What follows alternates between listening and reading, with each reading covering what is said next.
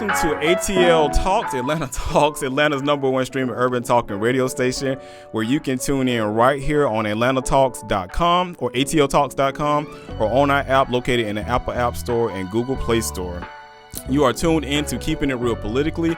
This is your host, Antonio Hicks, a.k.a. Escaping the Matrix, where we talk about all things news today. Man, I've been gone for 1 week now. I'm like forgetting how to read this stuff out. So, yeah, last week, y'all missed me last week because I was going to watch parties for the primaries. So today's discussion, we're going to have like a recap of last week. And if you weren't paying attention, like I just said, we had primaries across the country last week.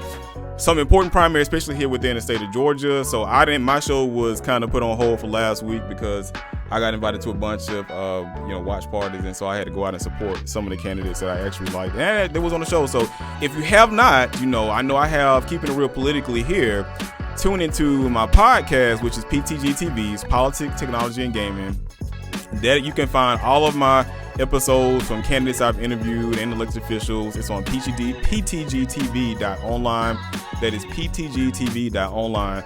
And a host of the candidates that I had on my show, I did support. I try to support some of the people that I have on because I do believe in their platform. I mean, I wouldn't have them on if I didn't believe in them. So, so I was doing it on Tuesday last week. So before we even get into the state of Georgia, so Alabama had a Republican Senate race going on, a primary taking place.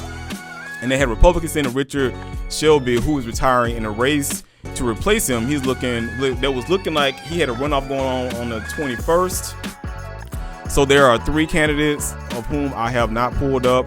They are polling closely together. They actually made it through primaries, but nobody actually secured that 50% vote itself. So you have one of them, Katie Britt, who used to work for Richard Shelby himself, and who was a former head of business council of Atlanta. And she has a slight lead in some of the surveys that was done, along with U.S. Rep. Mo Brooks.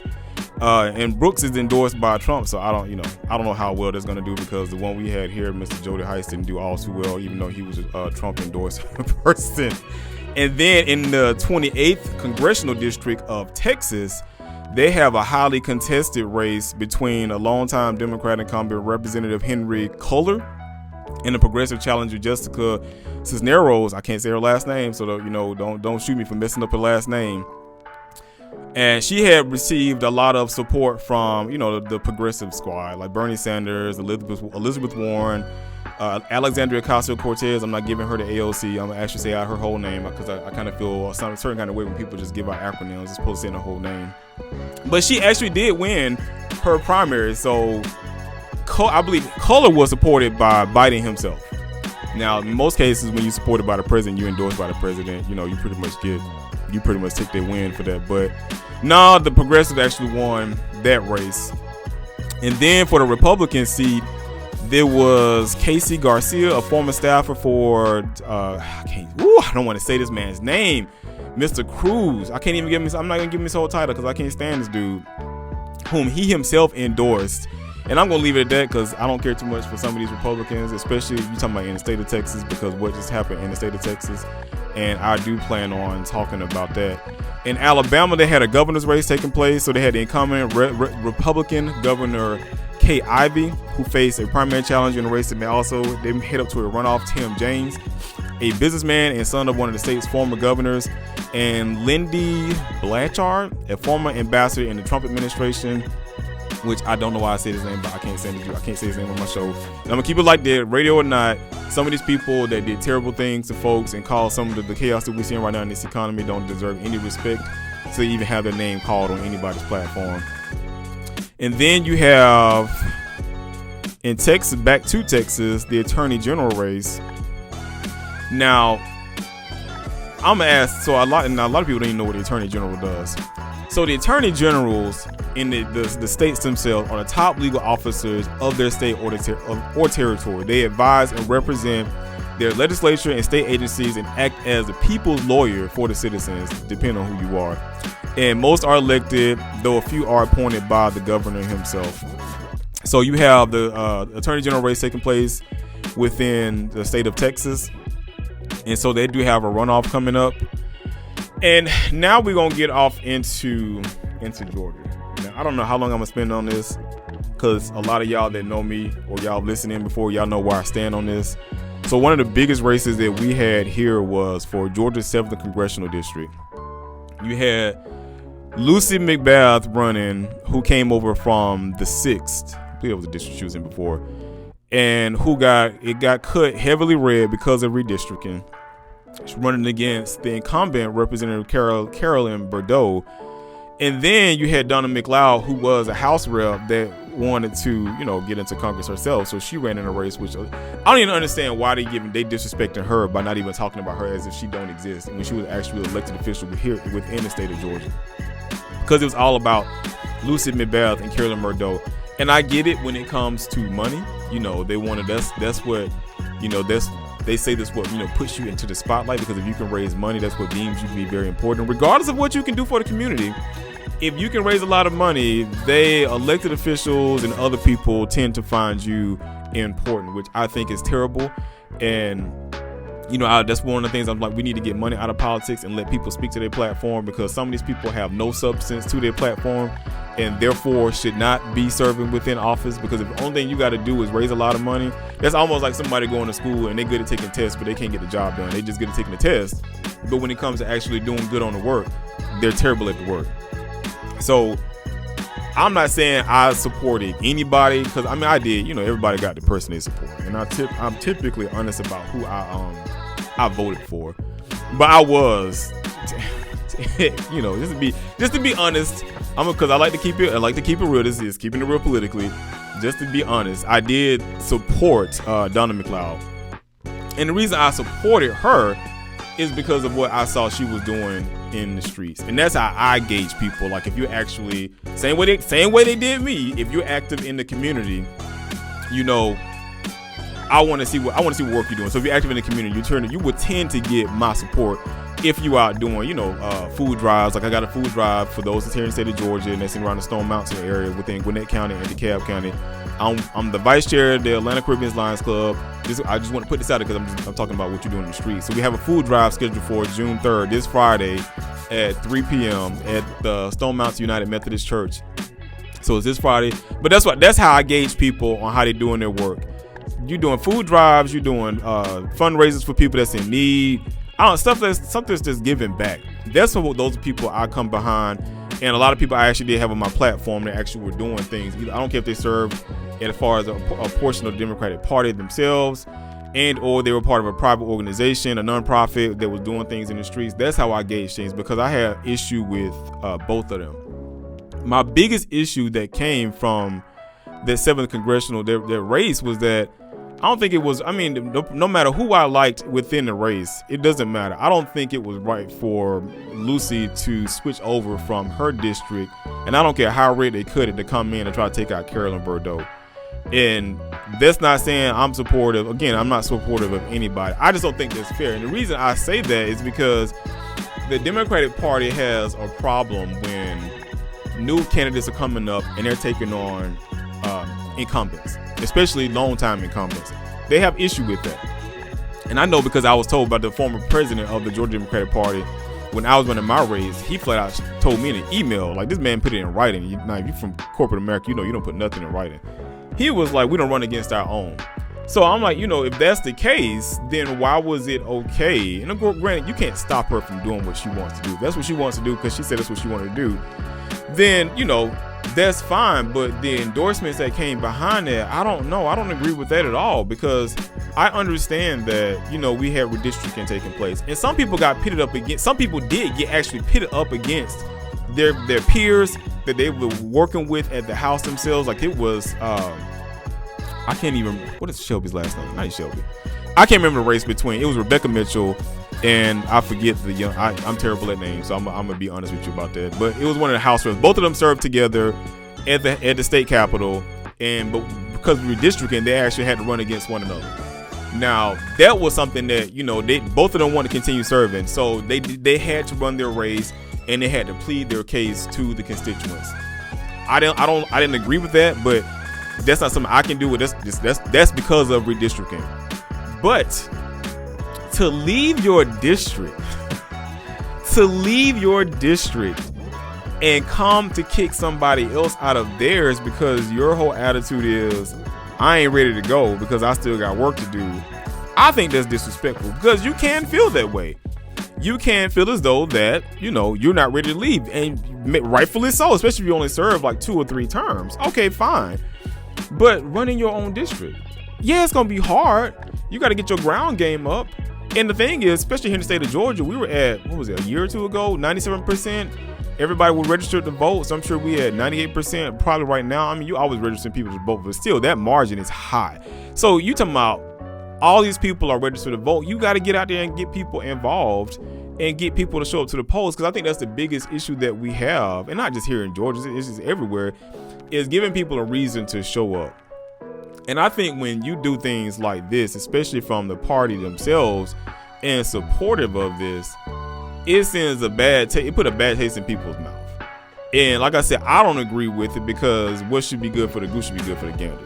Like, why is it okay for her to do that, but then you have an issue with other people that's running for office coming in and take on an incumbent? So why can't it be that, may the best man or woman win in their race? Why do you discourage people from running? And to have her leave her district, it's like, well, what are you saying to the people that supported you in your district? And I get people were still, supporting her, and she kept talking. I'm not gonna be disrespectful, because I'm not gonna be disrespectful of her. I understand her need to run, but her platform was on gun reform, which is the issue that we have right now, because her son was murdered by somebody in South Florida because of loud music, and the dude got locked up for it. And her platform is on that. And is gun reform needed right now? It is needed right now. But in regards to her race itself, though, I think you should have ran your race in your own district. I mean, I'm not saying it as a means of disrespect. I'm not even saying it as a means of hate. I just don't agree with the fact that you leave your district and leave your constituents to come into another district that would have been easier for you to win, because it had been cut more favorably for you, because Georgia's the 7th congressional district got cut, and I hate to use race, but it got cut more black, because it took a lot of people from out of the neighboring counties and cut them, like in Georgia Congressional District 4, they got cut down, and the people that was in their county were the brown people, and they got cut into the 7th district. So anybody that was running, and then of course the party had beef with Carolyn Bordeaux, because Carolyn Bordeaux's refusal to support the Build Back Better plan. And so the party had issue with that. So anybody that came up of some substance, they were behind to get Carolyn out of the office. Now, I don't agree with that either, because anybody that comes in, if, again, this is not me saying I'm in support of Carol, anybody, I'm just, giving my opinion on this. If you're a newly elected official and it might be something in a bill that you don't necessarily like, but the party wants to support, well, if I don't go with that, then now, because I don't want to go with that, you're going to try to find somebody to take me out. I think I don't agree with that either. I think that's disrespectful. And that's basically what happened with her. Now, I have my list of issues when it comes to, what Carolyn was doing and what she was standing behind and what she should have been running on. But my biggest gripe, it comes in the form of, Lucy stepping over to come take on Carolyn. Because I'm like, in the end of the day, had Lucy not come over, Carolyn would have beat out Donna. I mean, just to be honest with you, Carolyn would have beat out Donna, because Carolyn was popular and she had more money. She would have beat out Donna, but I still was supportive of Donna, because I saw what Donna was actually doing in the streets, and Donna was out doing a lot of community service work. So I appreciate her and respect her for that. Say what you want about her or anybody. I look at what your ground game is doing and what you're actually doing to help the people out, because my focus has always been, at the end of the day, are you serving people? I don't care about titles. I don't care about any of those things. Are you serving people? And if you're serving people, then you'll get my support. I may have a difference of opinion with how you do certain things or how you act within the public and etc. I'm not saying it's about Don. I'm just saying it's anybody. But, as long as you're helping people out, I can look past a lot of stuff. I look past a lot of things in corporate America. If people are being taken care of, people are getting paid what they should be getting paid. You deal with a lot of stuff in your own personal life. So I think that same thing should be given with respect to your elected officials. Now, if you're not doing any of those things, you're not getting any of my support. Like, we have CRT coming up. This was one of my issues when it came to Carolyn. She should have been the biggest proponent of speaking out against people that was coming to the school board, bucking CRT and then banning books, because I'm like, she's a former professor. So I was like, you're in education. that should have been a platform you stood on from the get-go. The minute 45 start talking anything about CRT and people are talking about their white kids made to feel like, you know, they're not deserving of being who they are and they should feel terrible for history. I'm like, history is history. Now, my grandma always said, you know, hit dog or holler, but you really don't have no reason to holler because, like you know, a lot of my vanilla brothers and sisters say, well, my parents didn't own any slaves. Oh, okay, that's cool. That don't mean that we can't address it and we can't talk about the issue. Maybe your parents didn't own any slaves, but you were still afforded some of the benefits that came from them holding black people down.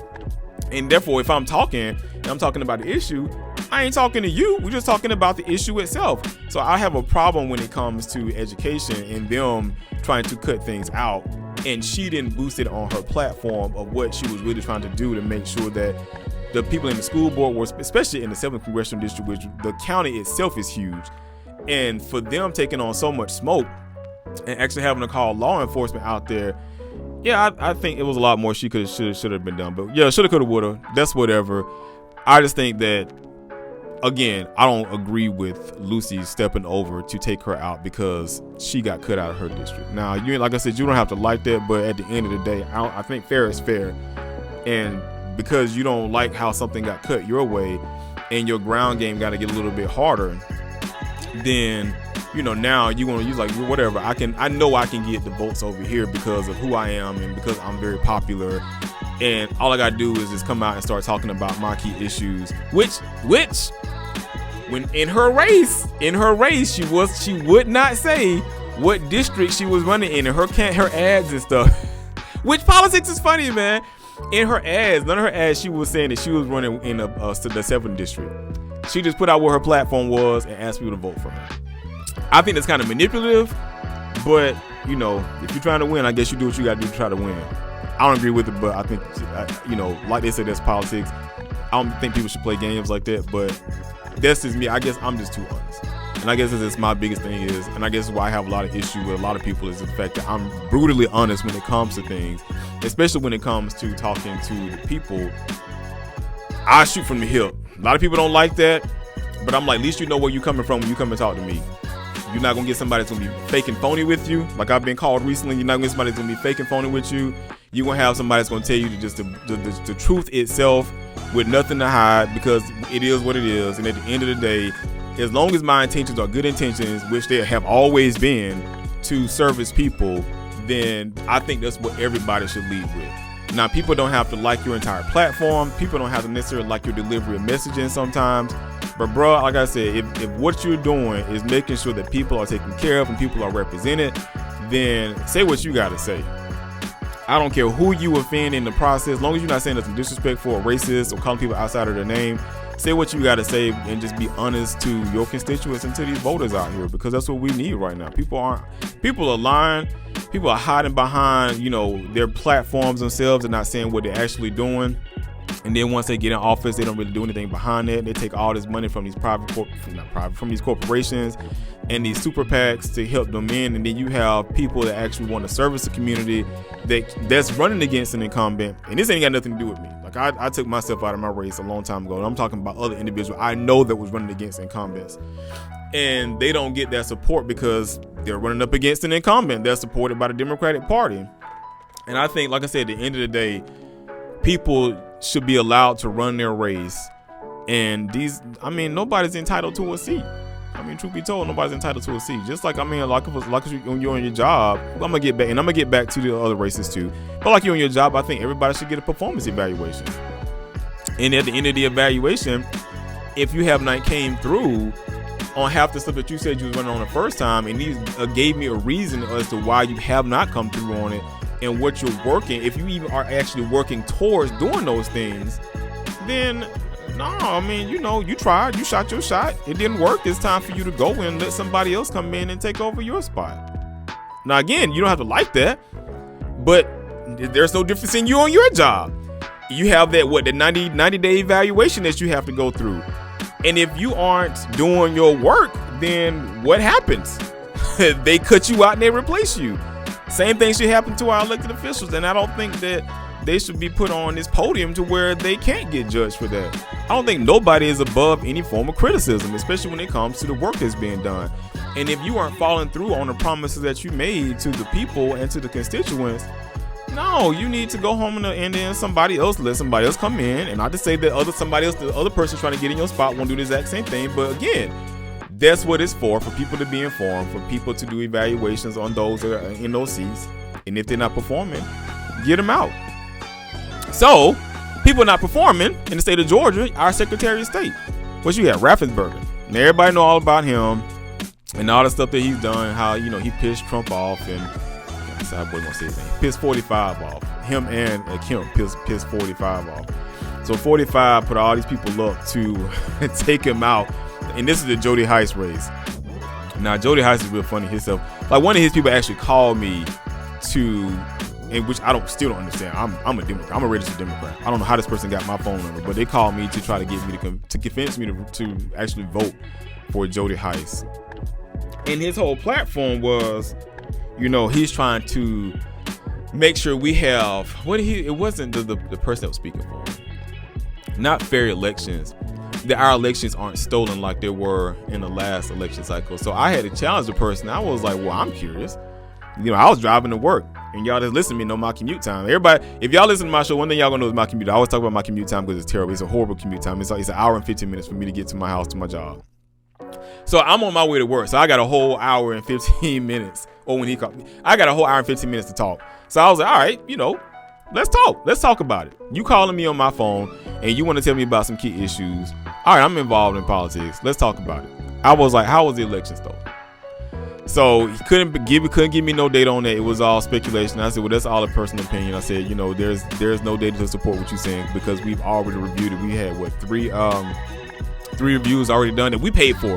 Like y'all, people don't understand the state of Georgia that when it comes to them challenging the votes, that we are the ones that's paying for people to come back and do those audits. Like if you didn't know that, you should know that your tax dollars are actually paying for those audits to get taken care of. It's not coming from the campaign, the people that said the votes were stolen, and it should be audited again. It should be audited. It's coming from here in the state of Georgia. It's coming from tax dollars.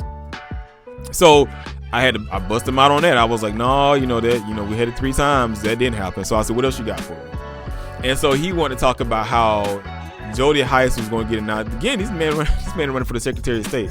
So I was like, do you even understand what his job is? I was like, because he was like, he want to go in and make sure that, we have, he's protecting our borders.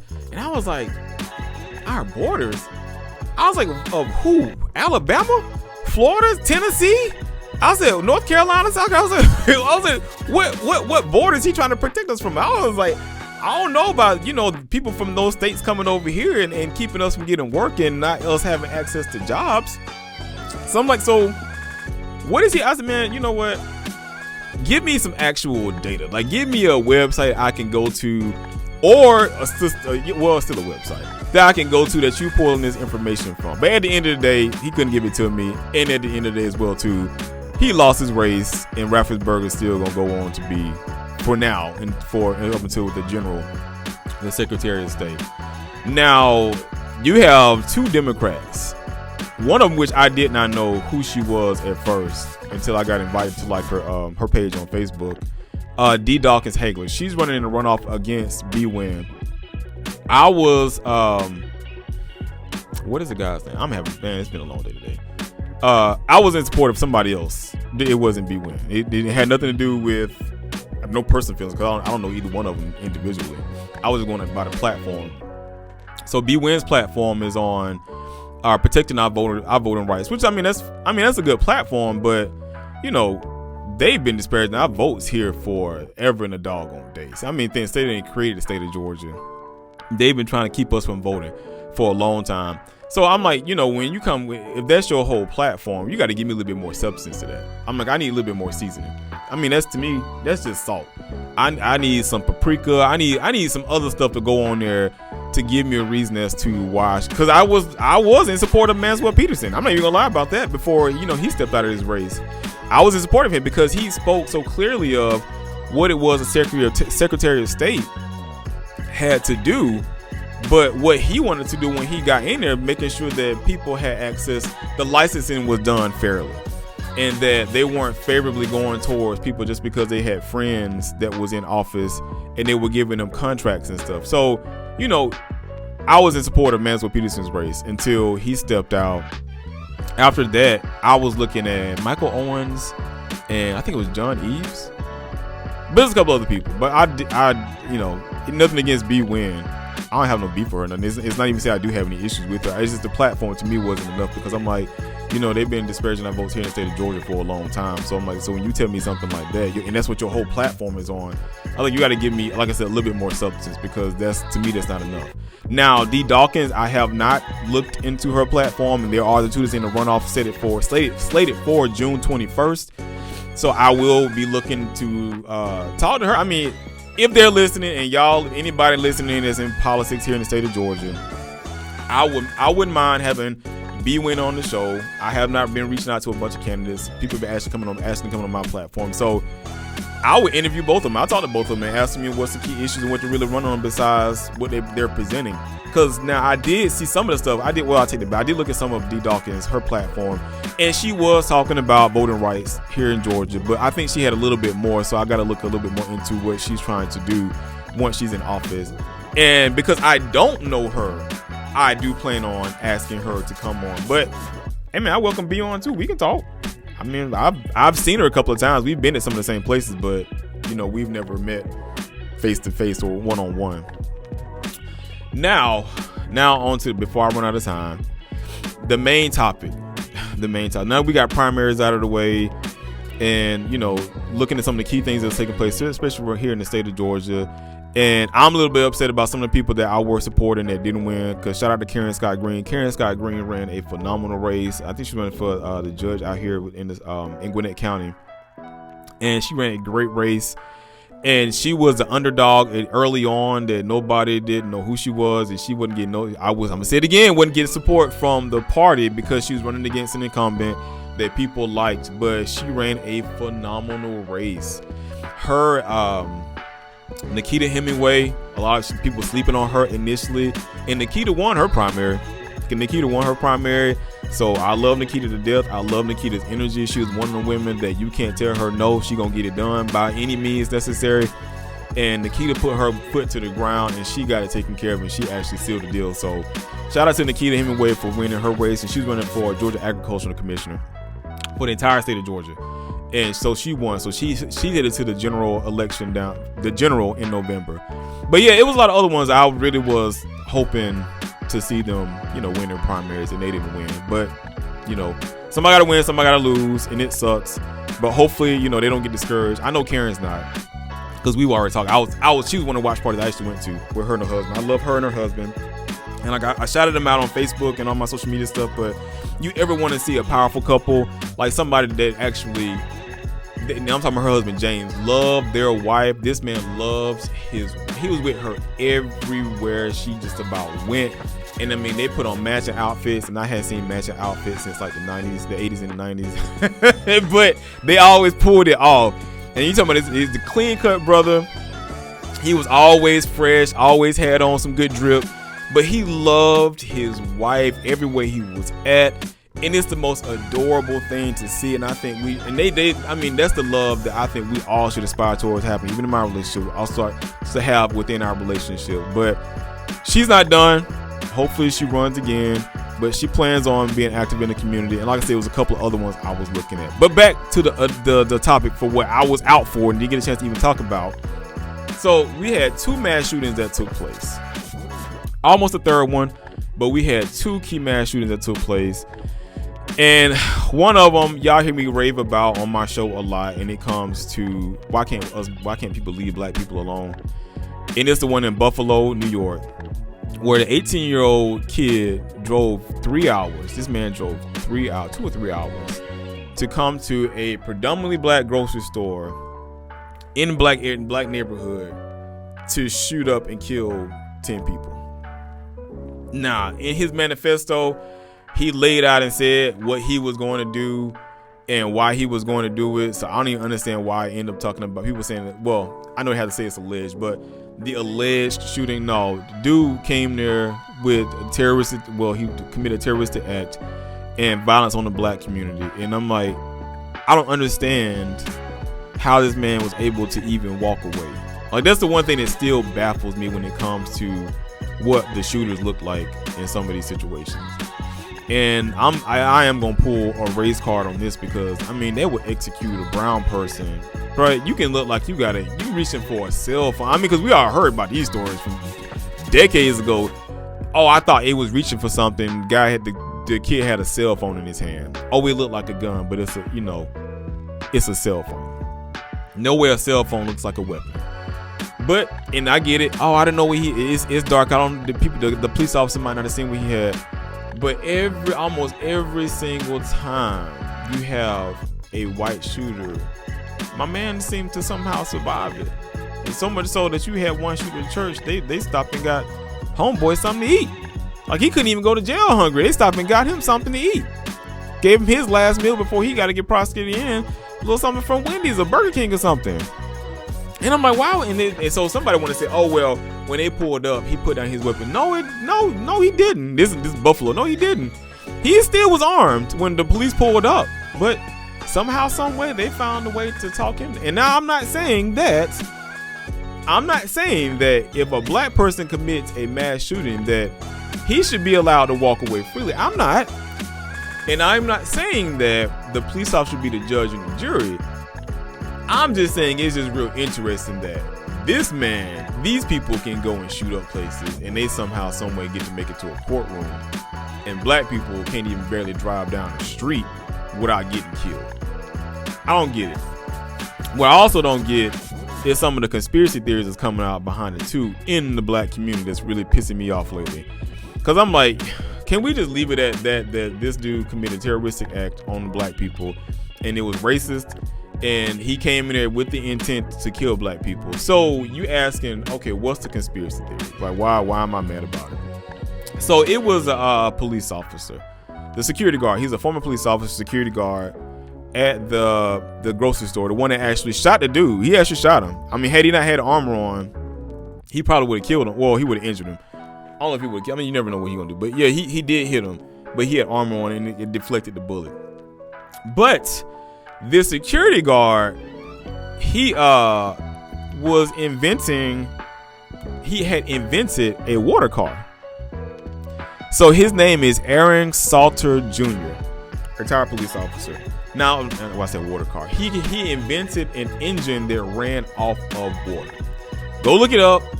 This is not fake news. This is actually a legitimate thing. My man's rebuilt. Shout out to the engineers. He rebuilt an engine to run off of hydrogen. Now, it worked. There was no exhaust to it. It worked. He got videos out there showing he actually could crank the car up. He could drive. He had people interview him. So the conspiracy theory is that the white guy was propped up to come all their way to kill him, but kill bystanders to make it seem like it was something else. Because had he did that, it would have disrupted the fuel industry. Now, I will always say I love a great conspiracy theory as long as it makes sense. But this one don't make any sense. Now, you could say that the fuel people, big government, people with money in the fuel industry wanted to kill him. That could be a true argument because it would have disrupted. Because even in some of his interviews, he said you could run tap water or put bottled water in the engine and the car would run. So therefore, yes, it absolutely would disrupt the auto industry or fuel industry. And petrol dollars make you make a lot of money. You make a lot of money when it comes to this oil and these fossil fuels. So, but they could have killed this man by himself. Like that's the thing that I want people to actually start thinking about when they say stuff like that. I was like, now, did you really have to kill 10 innocent bystanders to go and kill this one man just because his invention? I'm like, could it not have been an accident at his home where his house accidentally burned down? Or, he OD'd from something, or he had some kind of random stroke. Did it really have to be? So then the argument, well, that's just a cover up. Why do innocent bystanders have to be a cover up if you was trying to just kill this one man? We had Black Lives Matter officials, or what is that? The hierarchy, they got killed in their cars and nobody's questioning. And that's a good conspiracy theory. They had some of the main people that got Black Lives Matter started. They all got killed. like shot almost like execution style.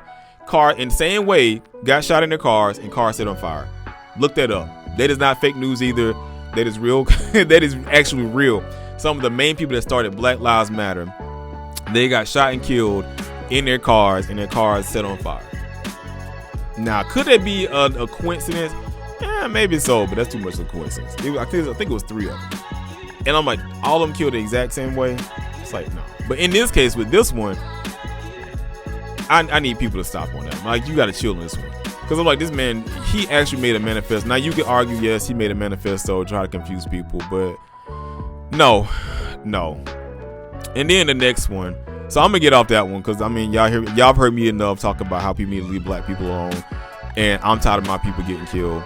But now you had the shooting that took place, and it's got everybody pissed off. Uvalde, Texas, and I know I'm probably getting the name wrong too, where the 18-year-old on his birthday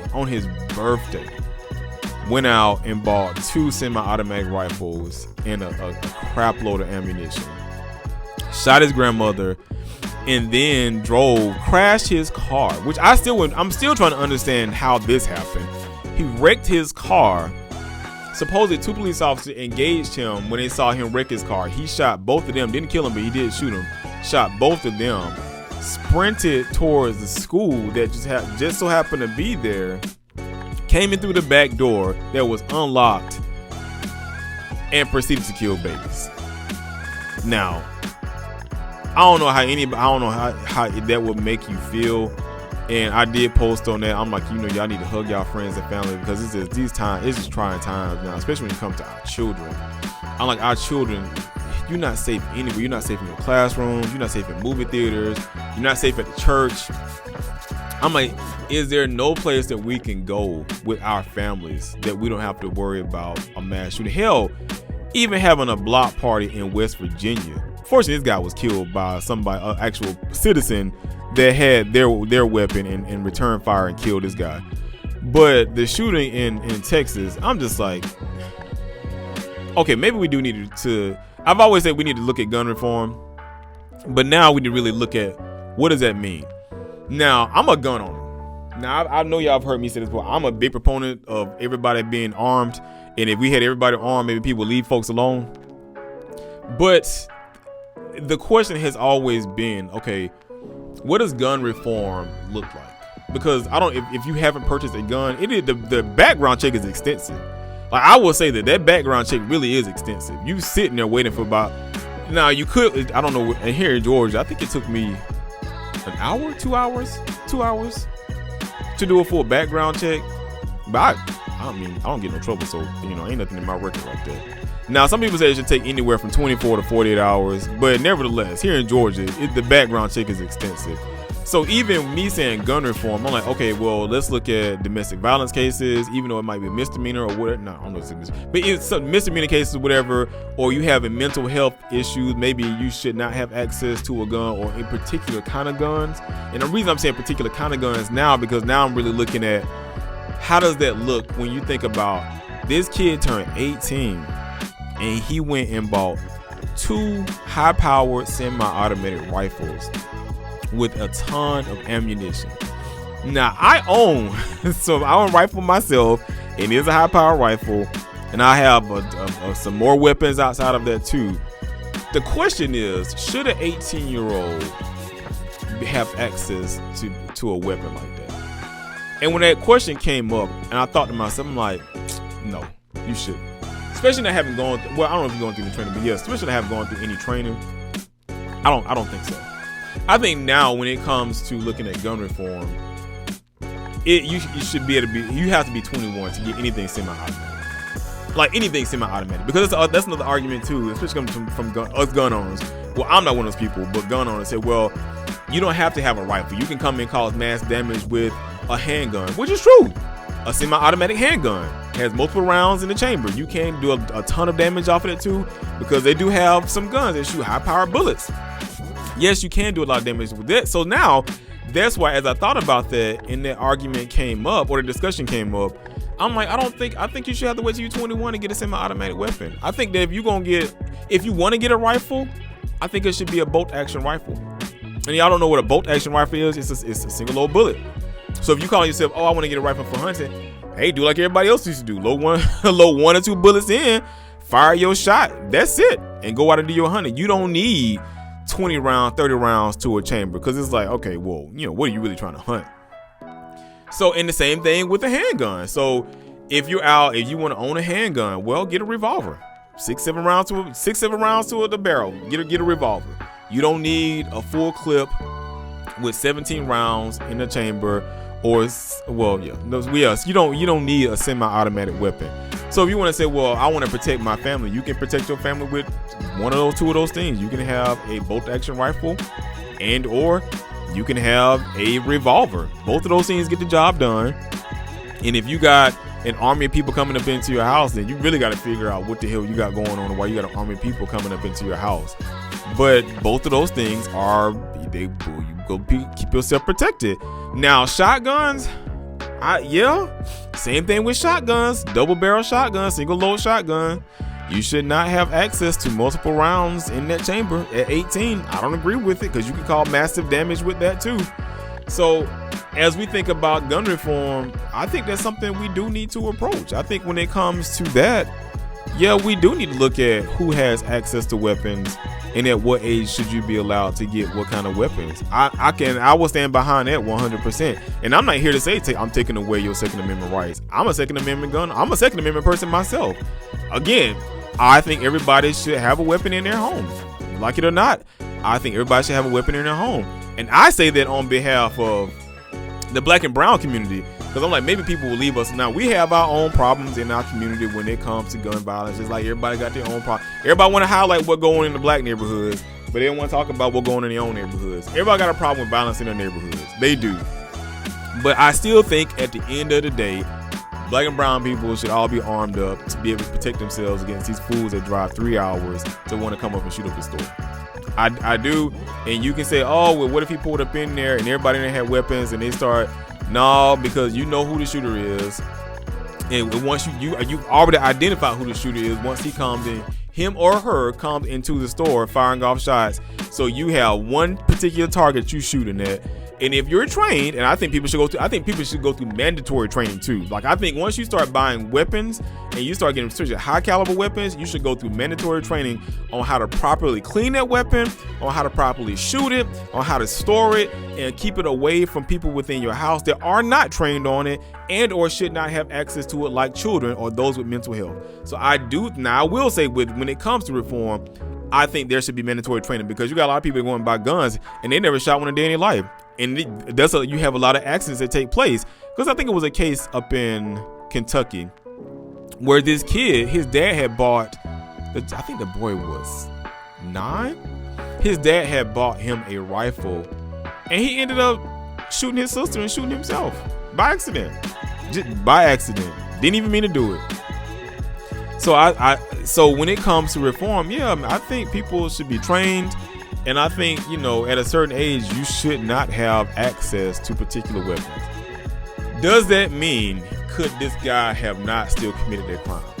No, it does not mean that at all.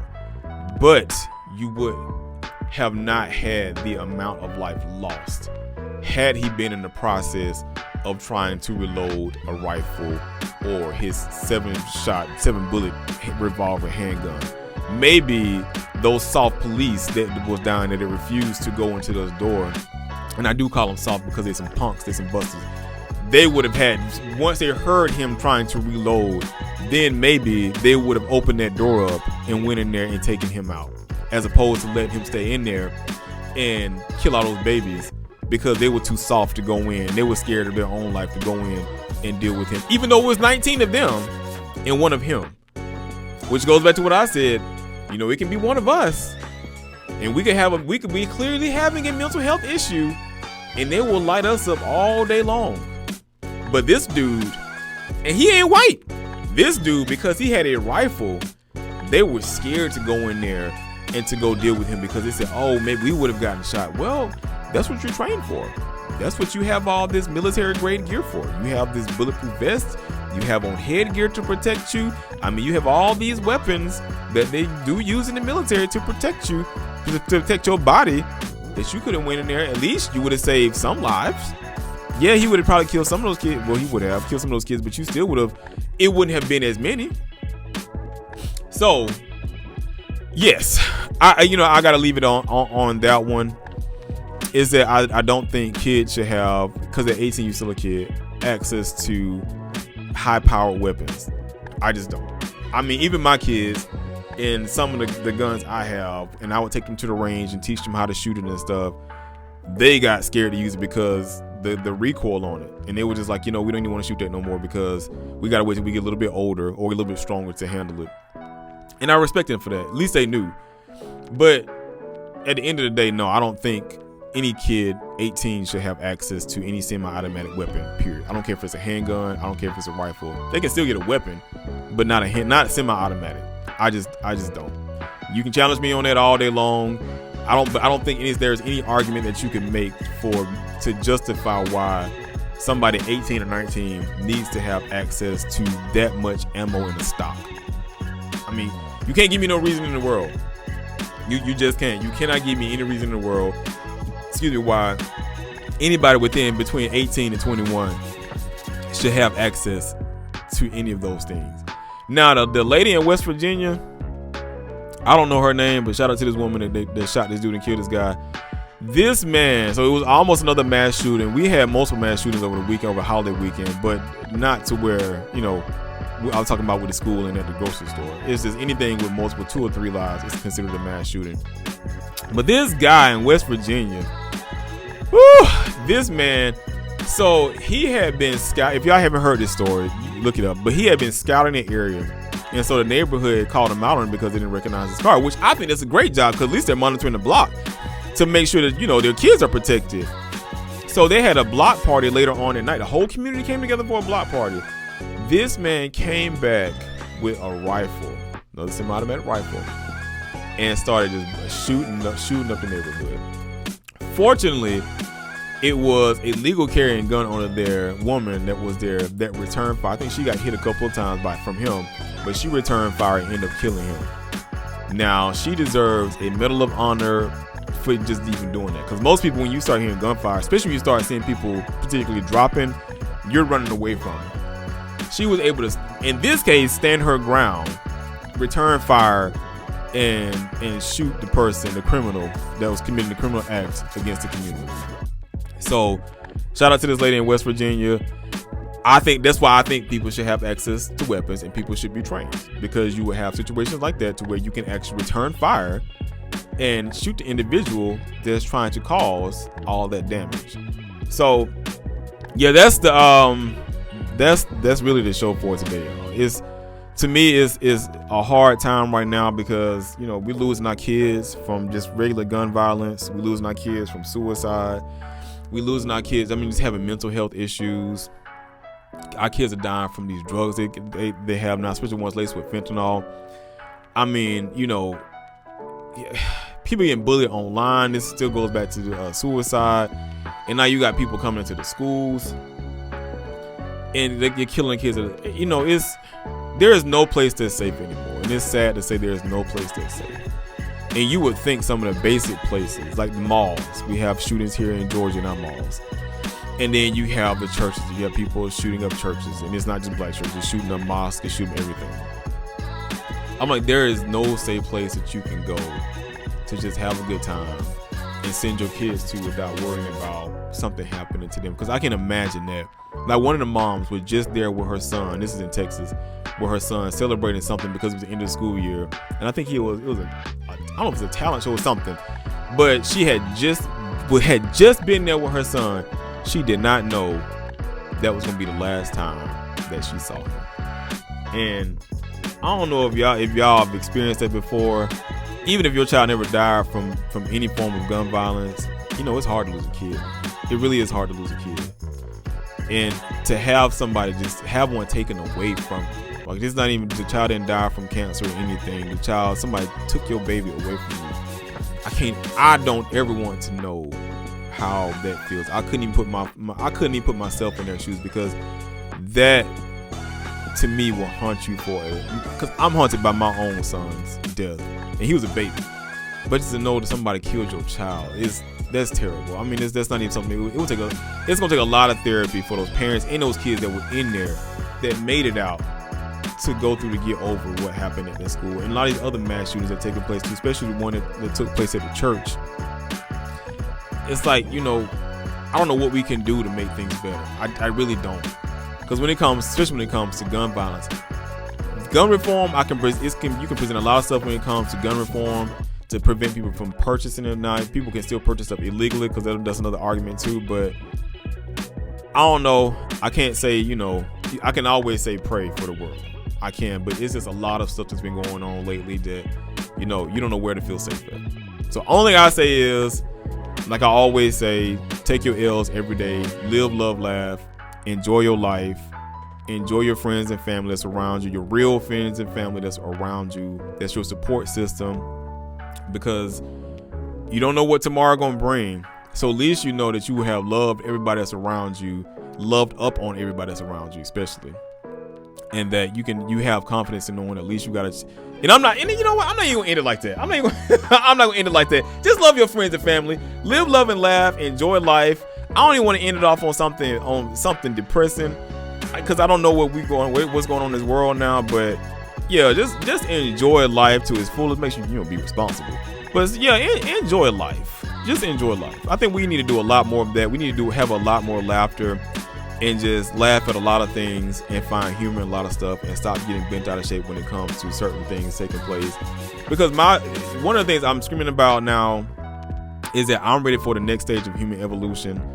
And we're not gonna get there. We still fighting one another, killing one another. It's just not gonna happen. We got to get over these religious differences, over our racial differences, and all of us work together for the advancement of the human race. I think that's what I'm excited about, and what I'm loving, and laugh and praying for is that we can get beyond these minuscule things, and so we can start colonizing other planets cleanly, not because us humans are trash, but and do things to work towards our own personal advancement, so we can ensure that we have a great, successful future with all the advancement of technology to go along with that.